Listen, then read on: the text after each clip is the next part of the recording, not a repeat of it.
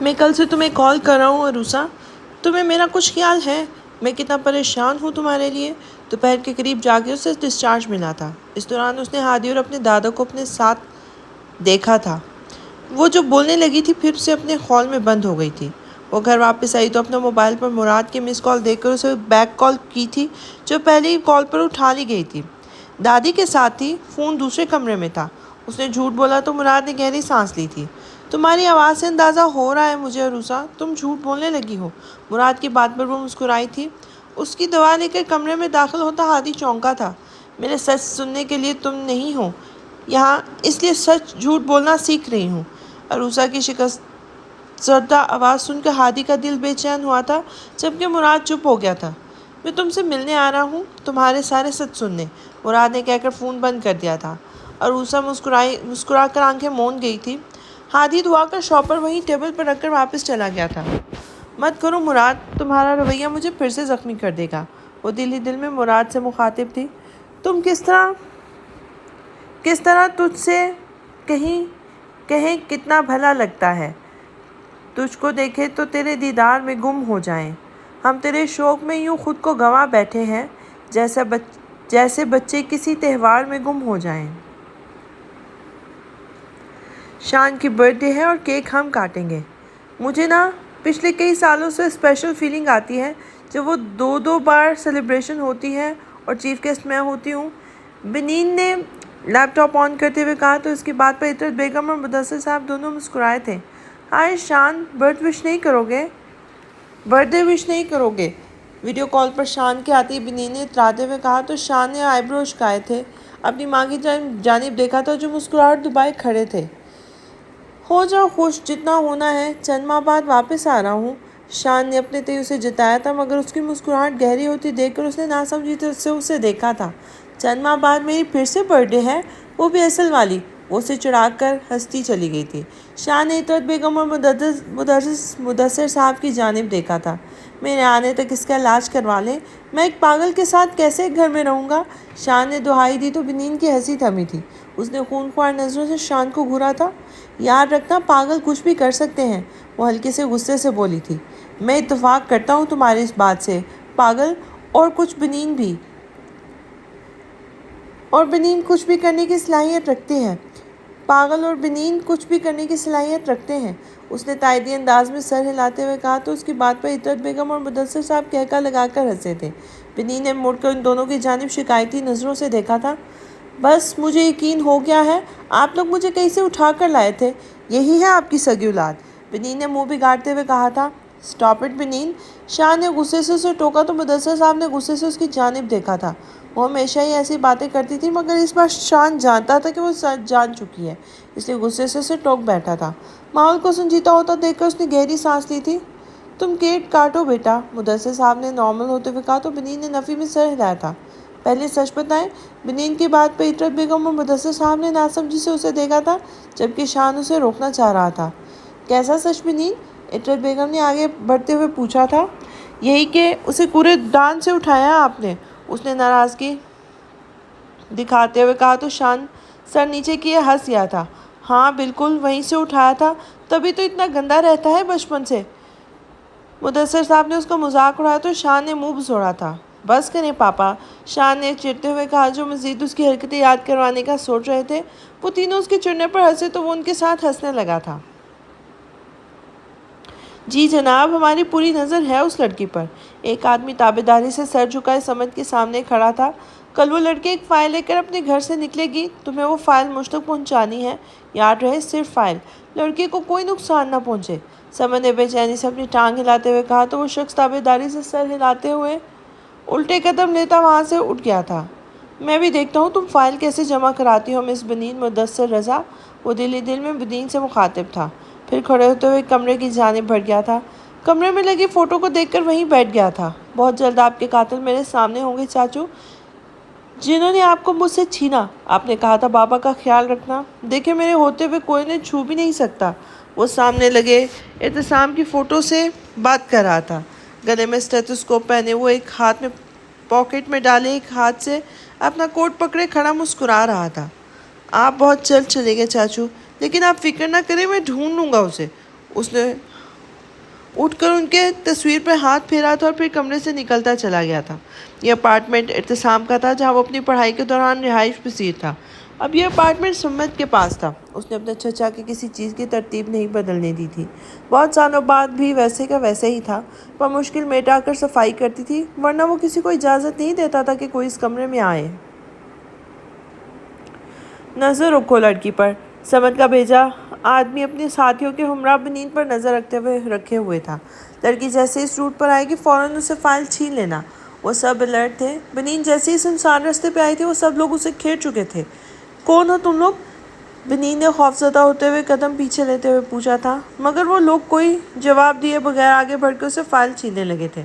بچاؤ کوئی! بنین نے چلانا شروع کیا تو ایک آدمی نے فوراً اس کے منہ پر تھپڑ مارا تھا۔ وہ زمین پر گری تھی۔ سر زمین پر پڑے پتھر سے ٹکرایا تو ماتھے سے خون کی ایک لکیر بہہ نکلی تھی۔ فائل مل گئی، نکلو یہاں سے اب۔ اس آدمی نے فائل اٹھا کر باقی سب کو چلنے کا کہا، جبکہ اس کا جملہ بنین بھی سن چکی تھی۔ وہ اٹھ کر اس کے پیچھے جانے لگی، مگر وہ کارٹ میں بیٹھ کے وہاں سے نکلتے چلے گئے تھے۔ تم نے اچھا نہیں کیا ملک تراب علی، میں اپنے ماں باپ کی وجہ سے پیچھے ہٹ گئی تھی، مگر تم، اس نے نفرت بھرے لہجے میں کہا، پھر آگے بڑھ گئی تھی۔ وہ اسی طرح یونیورسٹی پہنچی تھی۔ آج اسے اپنا تھیسس جمع کروانا تھا، مگر اس کی فائل اس سے لی جا چکی تھی۔ تھیسس نہ جمع کروانے پر اس کی ساری محنت ضائع ہو جاتی۔ وہ ڈین کے آفس کے باہر انتظار کر رہی تھی۔ دوسری جانب سمت فائل میں لیے بیٹھا تھا۔ اس نے اچھی طرح پوری فائل چیک کی، مگر بنین نے لاسٹ تک ملک تراب کے بارے میں کچھ غلط نہیں لکھا تھا۔ اس نے فائل واپس دینے کا سوچا، مگر انا آڑے آ گئی تھی۔ بنا کچھ بھی سوچے اس نے فائل کو جلا کر راکھ کر دیا تھا۔ اپنی انا کے چلتے اس نے بنین کا مستقبل داؤ پر لگا دیا تھا۔ سر میرا یقین کریں یہ انہوں نے ہی کیا ہے۔ آپ پلیز انہیں کہیں میری فائل واپس کر دیں، میرے 2 سال ضائع ہو جائیں گے سر۔ وہ ڈین کے آفس میں کھڑی ان سے التجا کر رہی تھی۔ دیکھو بنین، ہم کیسے کسی سیاستدان پر الزام لگا سکتے ہیں؟ اگر یہ بات ہم کریں بھی تو ہماری یونیورسٹی کی ساکھ بھی خراب ہوگی۔ وہ اسے سمجھاتے ہوئے بولے تھے۔ آپ سمجھ نہیں رہے سر، میں فائل کیسے بناؤں گی اتنی جلدی دوبارہ؟ میری ساری محنت، لوگوں کے بیان، ان کے دستخط کیسے واپس؟ اس نے اپنا سر تھام لیا تھا۔ بنین آپ جا سکتی ہیں، میں صرف آپ کو 2 گھنٹے کی مہلت دلوا سکتا ہوں۔ آپ اپنا کام ان 2 گھنٹوں میں کر لیں۔ ڈین نے اپنی بات مکمل ختم کرتے ہوئے کہا تھا۔ بنین خالی ہاتھ کیبن سے باہر آئی تھی۔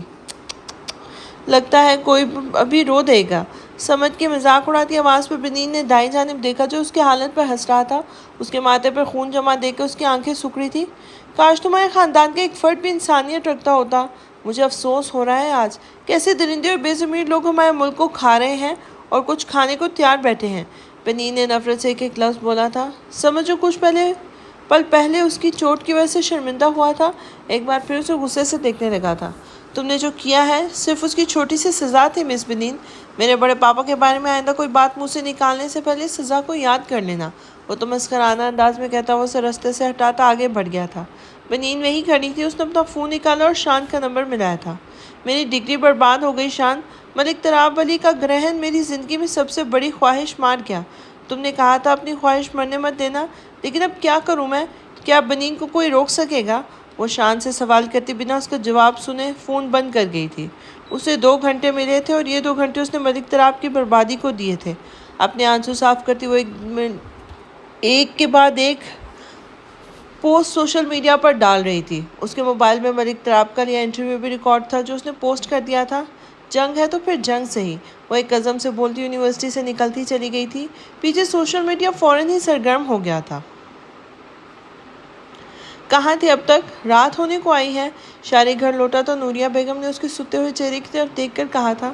فرید کے ساتھ تھا، اس نے صوفے کے پشت سے ٹیک لگا کر تھکے لہجے میں جواب دیا تھا۔ ہر وقت اس دوست کے ساتھ آوارہ گردی کرتے رہتے ہو، آج گھر پر ہوتے تو لمح سے بھی مل لیتے، نوریہ بیگم نے افسوس بھرے لہجے میں کہا تھا۔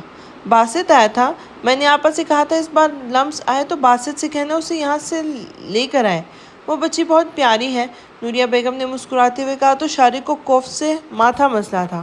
آپا باسط کی شادی کرنا چاہتی ہیں، اب تو نوکری والا ہو گیا ہے، پھر یہاں اکیلا رہتا ہے تو آپا کہہ رہی تھی اس کی شادی کر دیں گی تاکہ کوئی اس کا خیال رکھنے والی بھی ہو۔ شادی کی عمر تو تمہاری بھی ہے ماشاءاللہ سے، میرا بیٹا بھی نوکری کرنے لگا ہے، بس اب جلد از جلد میں لڑکی ڈھونڈ کر تیری شادی بھی کر دوں گی۔ ماں کی بات سن کر اس کا ماتھا مسلتا ہاتھ رکا تھا۔ آپ کو لڑکی ڈھونڈنے کی ضرورت نہیں ہے، مجھے لمن زاری سے شادی کرنی ہے۔ نوریہ بیگم نے حیرت سے شارق کا چہرہ دیکھا تھا۔ لمز؟ جازبہ کے دیور کی بیٹی؟ انہوں نے تصدیق کرنا چاہی تھی۔ آیا وہ اسی لمز کی بات کر رہا ہے جو وہ سمجھ رہی تھی؟ شارق نے ہاں میں سر ہلا دیا تھا۔ مگر وہ تو باسط کی۔ مام پلیز، اگر اس بات میں آپ کو باسط سے کمپیریزن کرنا ہے تو رہنے دیں، مجھے شادی ہی نہیں کرنی، وہ ایک دم بگڑتے ہوئے بولا تھا۔ میں بس کہہ رہی تھی کہ تم لمز کو کہاں جانتے ہو، کبھی دیکھا تک نہیں، کبھی ملے نہیں، اور اچانک اس سے شادی کا فیصلہ۔ وہ کنفیوز تھی اور پریشان بھی۔ مجھے لمز چاہیے مام، باقی میں کچھ نہیں جانتا۔ ان کے سوال کو اگنور کرتے ہوئے اپنی جگہ سے اٹھ کر چلا گیا تھا، مگر چہرے پر ایک مسکراہٹ تھی۔ آج تک تم نے مجھ سے سب کچھ چھینا ہے باسط، اب میں ایک ایسی چوٹ پہنچاؤں گا تمہیں کہ تم میرے مد مقابل نہیں آ سکو گے۔ وہ اپنی خود ساختہ نفرت میں جلتا یہ بھول گیا تھا کہ صبح وہ کسی سے محبت کا دعویٰ کر کے آیا تھا۔ لمز کی شادی شارق سے؟ سفر کی تھکاوٹ اتری تو کمرے سے باہر آئی جہاں ایک محفل لگی ہوئی تھی۔ ایک نام پر لمز نے باسط کی طرف دیکھا تھا۔ نور یہ کہہ رہی تھی کہ شارق کی خواہش ہے کہ وہ لمز سے شادی۔ لمز کو دیکھ کر وہ چپ ہوئی تو لمز نے آگے بڑھ کر فروٹ باسکٹ سے سیب اٹھایا تھا۔ جب میری رضامندی لینی ہو تو مجھ تک آ جائے گا، فی الحال میں حوریہ کی خبر لینے جا رہی ہوں۔ سب کو ہکا پکا چھوڑ کر وہ سیب کھاتی باہر کی جانب بڑھ گئی تھی، اور باسط نے اس کے انداز پر مسکرا کر سر جھٹکا تھا۔ لمز گھر سے نکلی تھی اور اس کے ذہن میں شارق کے الفاظ گونجے تھے۔ میں گھما پھرا کر بات نہیں کروں گا، مجھے تم پسند ہو، شاید یہ محبت بھی ہو سکتی ہے، لیکن شاید کے چلتے میں اپنا نقصان نہیں کر سکتا۔ میں تمہارے گھر اپنی امی کو بھیجنا چاہتا ہوں، تم سوچنے کا وقت لے سکتی ہو، اگلی ملاقات میں مجھے اپنا جواب دے دینا، جو کہ میں جانتا ہوں مثبت میں ہوگا۔ ہی از ٹو فاسٹ، وہ ہلکا سا مسکرائی تھی، پھر حوریہ کی پورشن کا دروازہ بجانے لگی تھی۔ یہ ایک کمرے کا منظر تھا جہاں بیش قیمتی سامان فرش کی نظر ہو گیا تھا۔ ہر چیز ٹوٹی بکھری پڑی تھی۔ کمرے میں باہر ریوالونگ چیئر کی آواز گونج رہی تھی۔ جب دروازہ کھول کے ایک وجود اندر داخل ہوا تھا، اس نے قدم اندر کی جانب بڑھائے تھے جبکہ اس کے جوتے مختلف کاغذات پر آئے تھے۔ وہ رکا تھا۔ سالوں پہلے ایک کام ادھورا چھوڑ دیا تھا۔ آج زندگی میں پہلی بار ملک تراب کو اس بات کا پچھتاوا ہو رہا تھا۔ ملک تراب نفرت میں بھرے لہجے میں بولے تو سمر نے نیچے جھک کر وہ پیپرز اٹھائے تھے۔ بنین مدثر رضا، ولدیت مدثر رضا، والدہ عطرت رضا۔ اس نے نام پڑھ کر نہ سمجھ کر ملک تراب کی جانب دیکھا تھا۔ یہ دونوں احتساب کے دوست تھے، وہی دوست جنہوں نے اپنی ایک دوست کو احتساب کے پیچھے لگایا تھا۔ صرف ان کی وجہ سے احتساب آج ہمارے ساتھ نہیں ہے۔ وہ سوچ سمجھ کر اگلی چال چل رہے تھے۔ سمت کے ماتھے پر شکنوں کا جال مزید بڑھا تھا۔ مجھے اس لڑکے کے بارے میں معلوم کر کے دو سمت، مجھے لگتا ہے دونوں پھر سے کوئی چال چل رہے ہیں ہمارے خلاف۔ ملک تراب نے اگلا پتا پھینکا تھا۔ آپ کا کام ہو جائے گا بڑے پاپا، لیکن اس سے پہلے مجھے اس لڑکی سے کچھ حساب برابر کرنے ہیں۔ سمت دو ٹوک انداز میں کہتا وہ الٹے قدم لیتا وہاں سے چلا گیا تھا، جبکہ ملک تراب کرسی کی پشت سے ٹیک لگائے مسکرائے تھے۔ اگر جو میں سوچ رہا ہوں وہ سچ ہوا تو اس بار تم اپنی ہار کا بدلہ تم اپنی موت سے چکاؤ گے۔ ظالم کی رسی دراز ہو تو وہ خود کو خدا سمجھنے لگتا ہے، نہ جانے بنا کہ جب اس کی رسی کھینچی جائے گی تو شاید اسے پلٹنے کا بھی موقع نہ ملے۔ ملک تراب علی اپنے بھی انہی ظالموں میں سے تھا۔ حاکمیت کا عنصر اس میں اتنا سرایت کر چکا تھا کہ وہ انسان کو کیڑے کوڑے سمجھنے لگا تھا۔ ہدایت کے کئی موقع آئے، مگر ہر بار اس نے انسانیت پر حاکمیت کو چنا تھا۔ اب یہ وقت بتانے والا تھا کہ اس کے ظلم کو ختم ہونا ہے یا پھر اس کی رسی کھینچنے کا وقت ابھی نہیں آیا۔ اسے ہوش آیا تو اس نے خود کو ایک بند کمرے میں پایا تھا۔ اندھیرے میں ڈوبا کمرہ اس کے حواس لوٹانے کا سبب بنا تھا۔ صبح اس نے جو کیا تھا سب ایک دم یاد آ گیا تھا۔ اسے فوراً اپنے ماں باپ کی فکر ہوئی تھی۔ اس نے اٹھنے کی کوشش کی تو اسے احساس ہوا کہ وہ فرش پر موجود ہے اور ہاتھ کسی لوہے کی چین سے بندھے ہوئے تھے۔ بزدلوں کی طرح پیٹھ پیچھے وار کرتے ہو، سامنے آؤ۔ وہ وہیں بیٹھی چلائی تھی، مگر اس وقت کوئی اس کی آواز سننے والا وہاں موجود نہ تھا۔ اس کی نظروں کے سامنے بارہا اپنے ماں باپ کا چہرہ آ رہا تھا۔ اگر ان لوگوں نے انہیں نقصان پہنچایا تو تم نے یہ کیا کر دیا مبین؟ اس معاملے کی سنگینی کا احساس ہوا تو اس نے سر تھام لیا تھا۔ کیا ایک بار پھر ماں باپ کو کھونا آسان ہے؟ اپنے قدم اس نے یہی سوچ کر پیچھے تو لیے تھے۔ کیوں بنین، کیوں کر دیا یہ؟ وہ روتی ہوئی اپنے سر پر مار رہی تھی۔ اس وقت وہ کوئی ذہنی مریضہ لگ رہی تھی، جب ایک روشن دان سے آتی روشنی کی لکیر نے اس کے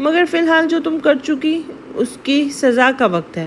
وہ چبا چبا کر لفظ ادا کرتے ہوئے واپس مڑا تھا۔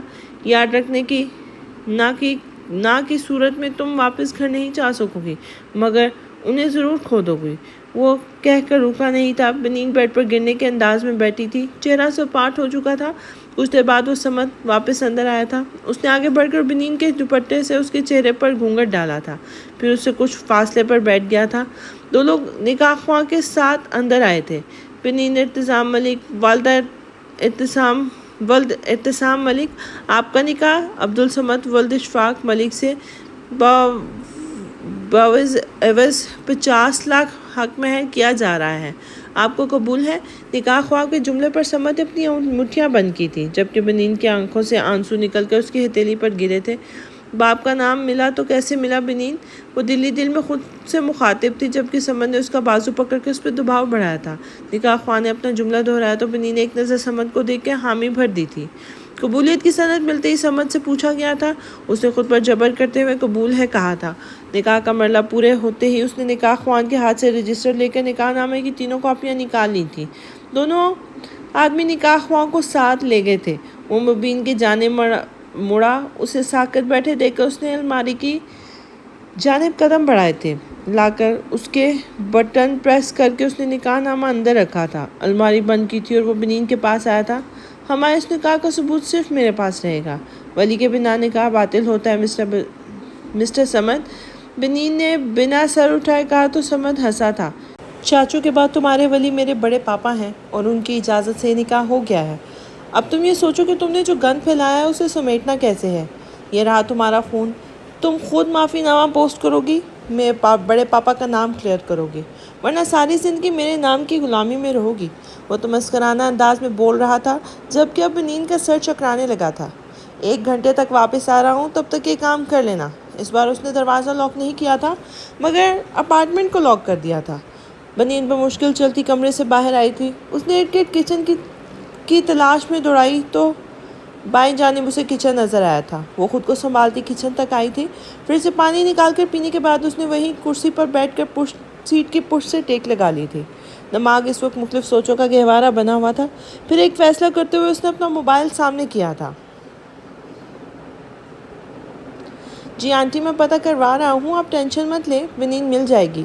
تیزی سے لیپ ٹاپ پر کچھ سرچ کرتا ہوا وہ فون پر عطرت بیگم سے بات کر رہا تھا۔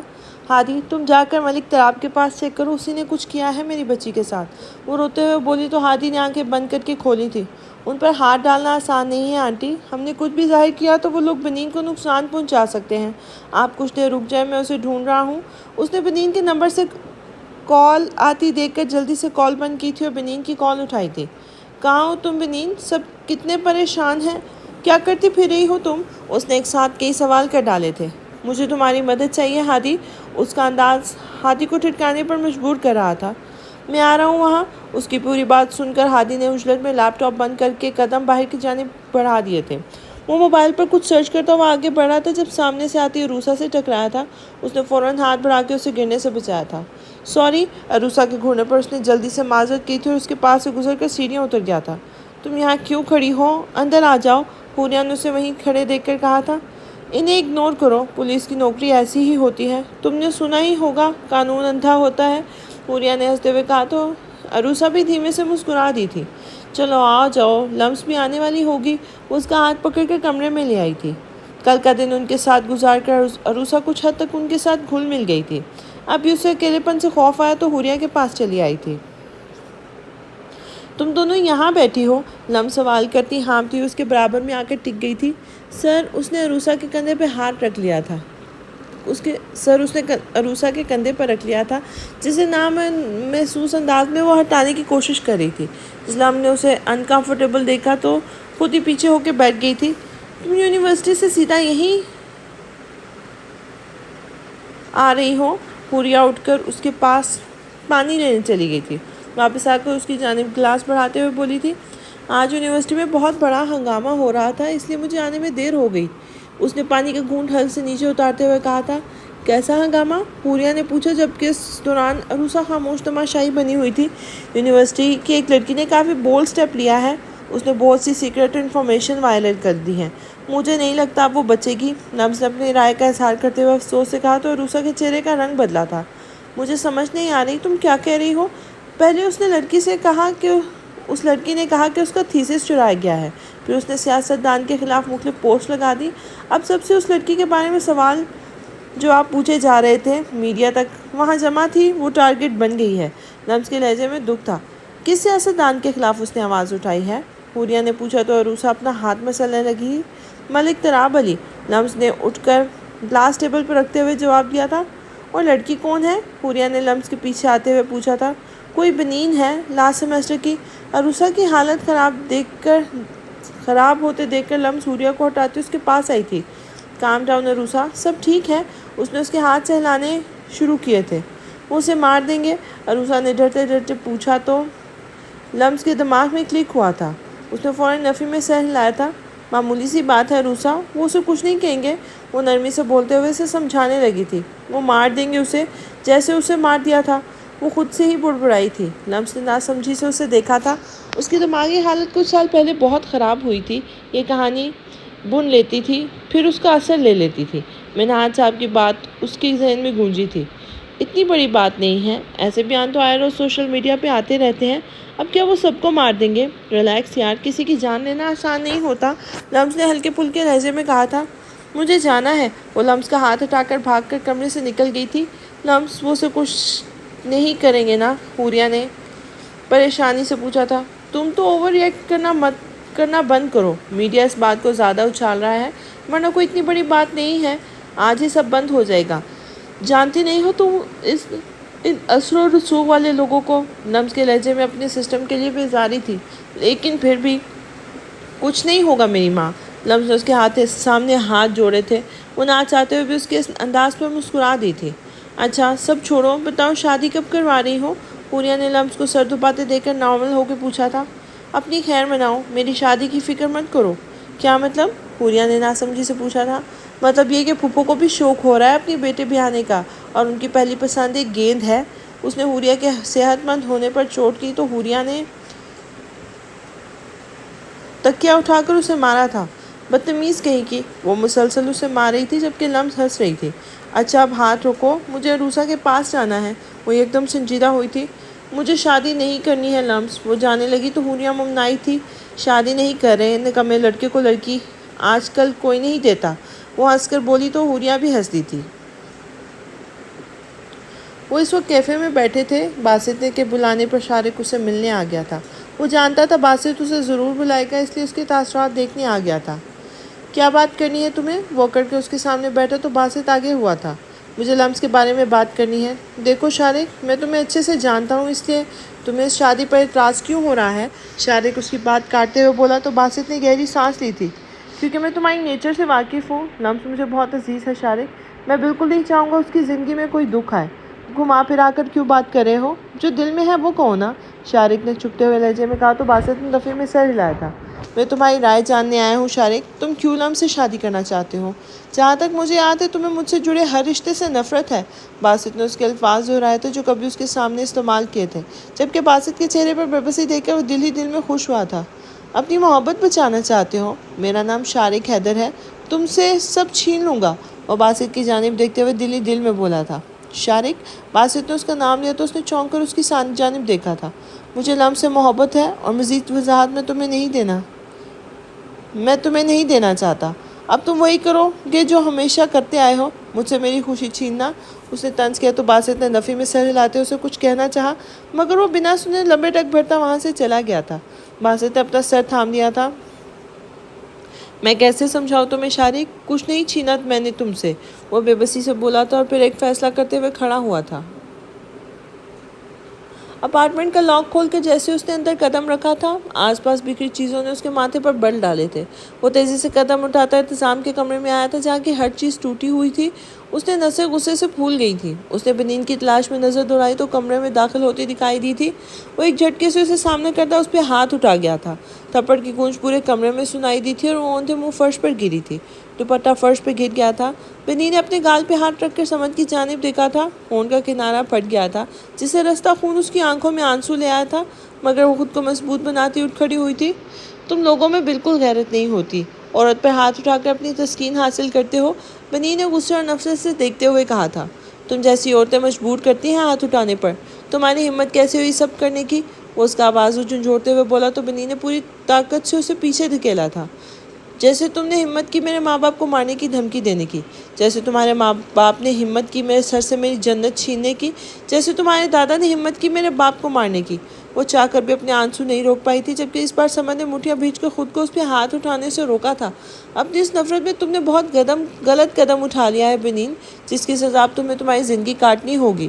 وہ کہہ کر قدم دروازے کی سمت بڑھا گیا تھا۔ وہ جانتا تھا اگر رکتا تو اپنا ضبط کھو دیتا۔ مجھے نفرت نہیں ہے تم سے سمر، بنین کی آواز پہ وہ رکا تھا۔ نفرت میں سامنے والے کو اہمیت مل جاتی ہے، مگر تم اور تمہارے خاندان کی میری نظر میں ذرا برابر بھی اہمیت نہیں ہے۔ ہونٹ کے کنارے سے نکلتا خون صاف کرتے وہ طنزیہ بولی تھی۔ سمر مٹیاں بھینچتا ہوا اس کی جانب مڑا تھا۔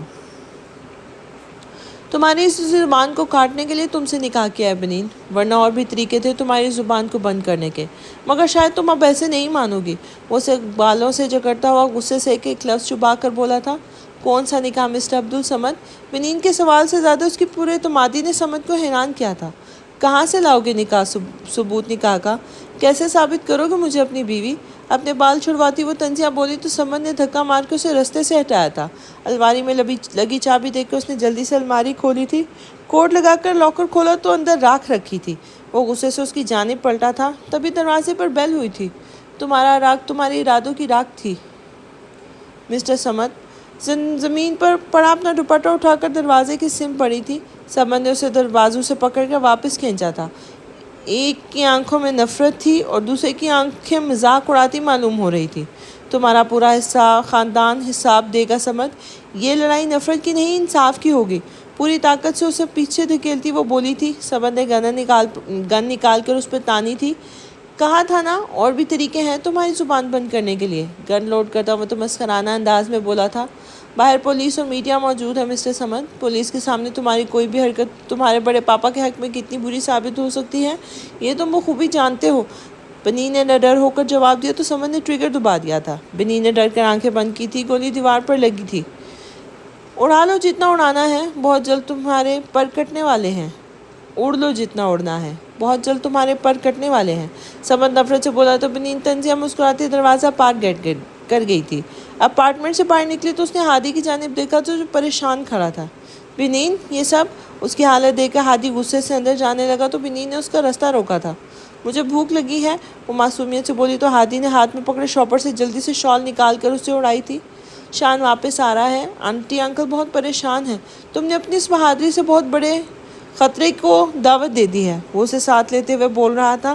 بنی نے میڈیا کے بارے میں جھوٹ بولا تھا، لیکن کچھ دیر بعد میڈیا کے لوگ ضرور آ جاتے، لیکن اس کا ارادہ ایک قدم اٹھانے کا نہ تھا۔ وہ جانتی تھی کہ سچ جھوٹ کی ملاوٹ کرنے والے کب اس کے سچ کو جھوٹ بنا دیں گے اسے پتہ بھی نہیں چلے گا، اس لیے اس نے دوسرا راستہ اپنایا تھا۔